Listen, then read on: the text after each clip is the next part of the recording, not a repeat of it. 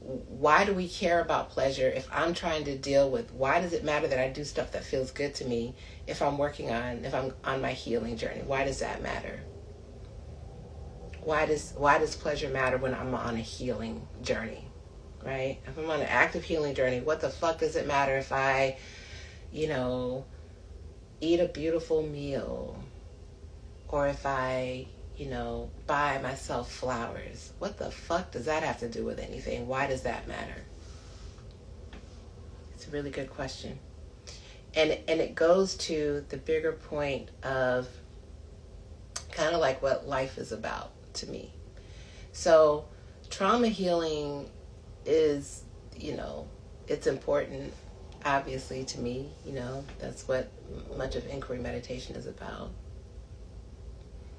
But the point of life isn't to heal your trauma. The point of life, to me, is to have a great fucking time. But Leslie, that's why I can't have a good time. That's why I'm working so hard at this.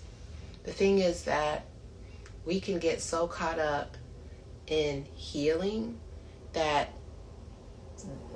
we're like, this bearing down and just like, I'm gonna fucking heal. If it fucking kills me, I am not going through this shit anymore, right?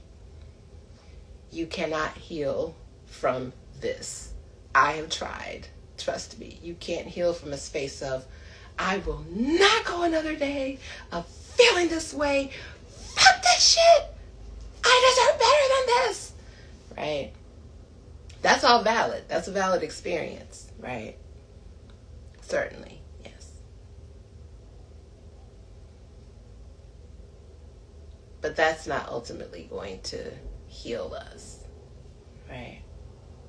So the role of pleasure in the big picture is, well, here's the thing. I've said this in a blog post that I wrote a long time ago. It's on my website, thegospelofpleasure.com. And I think it's called What If I Don't Heal All My Trauma? That's the name of the blog post. If you go to www.thegospelofpleasure.com, if you go to the tab called Substack, you'll see there's a blog post there called What If I Don't Heal All My Trauma? Right? Because that's what it feels like this question is. Like, I'm too busy trying to heal my trauma to think about doing shit that feels good, right? Well, first of all, your trauma healing should feel good. Your trauma healing itself, the process itself, has to feel good in order for it to be healing. Because you can be doing a whole lot of stuff regarding your trauma, but if it does not actively feel good while you're doing it, it's not healing. You might be doing something else. You might be doing a whole lot of activity, but it's not actually healing. That's number one. Even noticing my breathing as I say this. But the thing is, with trauma healing, it can become all-consuming. And that can happen in periods of time, right? That can happen in periods of time. But you realize that you're suffering while you're trying to end your suffering. That trauma healing can become, your whole life can become that. And what I say in this blog post that I referred to, what if I don't heal all my trauma? What I say is, don't make your life a monument to your suffering. Make your life a monument to joy, and do your trauma work and everything, right?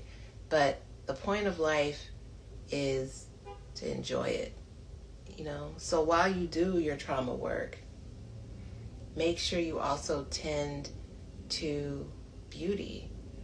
Put yourself in the way of beautiful things, even while you're deep in your trauma healing, or even while you're deep in your trauma. And you might, if you're having a whole triggered moment, you might not be able to think about, you really might not be able to do that in that moment. But I call them almost like pleasure or beauty speed bumps, where I have these interruptions in my schedule that are just for pleasure, So like scheduling myself to go to the sauna, well, that's kind of like an appointment that I have to keep. So even if I'm having a shitty day, right, I'm going somewhere that feels good. Just noticing my breathing as I say this.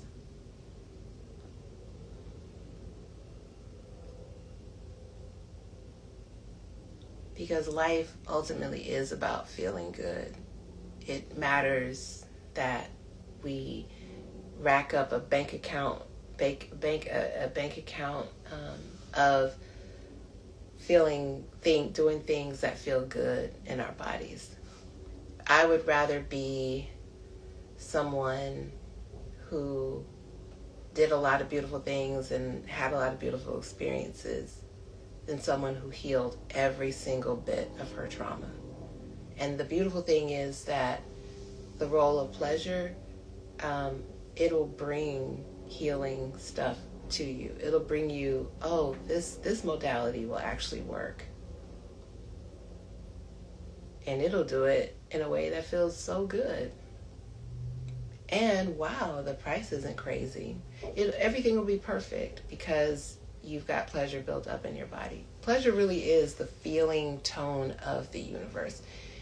It is, what does the universe feel like? It feels like pleasure. What does pleasure feel like? I mean, the ultimate expression of pleasure is orgasm. So that to me is what the universe itself actually feels like. The Big Bang, that might be a little bit crude, but the Big Bang, I think, was a Big Bang. And we are still experiencing the effects of the Big Bang, right? And so that's the ultimate expression, I think, of pleasure. And then that feeling of good feeling, I think it extends all the way into things like there's love, there's kindness, there's compassion. All of these things to me are expressions of orgasm, are expressions of pleasure. And, so, yeah, an expression of pleasure, really. And so, what is the role of pleasure for someone navigating trauma? Well, what's the role of pleasure, period? It is the most healing force. It is the most healing force. And when we are in a pleasured state, we have access to our rightest minds. We have our very, very best ideas. Like when the flow state, people talk about a state of flow. That's being in a state of pleasure. And how do you access that state of flow? Well, you hear about, scientists like, pick on Einstein. He would go take a walk or take a nap or whatever. He would work on a problem, get frustrated, couldn't figure it out, then take a walk or nap, and then boom, it would just arise. The answer would just be there. He would just know, right? Because he would engage in an act of pleasure. Walk, play some music, play the piano, whatever. Take a nap. These things that are getting you more embodied, right? When we are in our bodies, when we are embodied, then we have access to our right minds. We have the most access to our right minds. When are we most embodied? Is when we are most deeply in pleasure.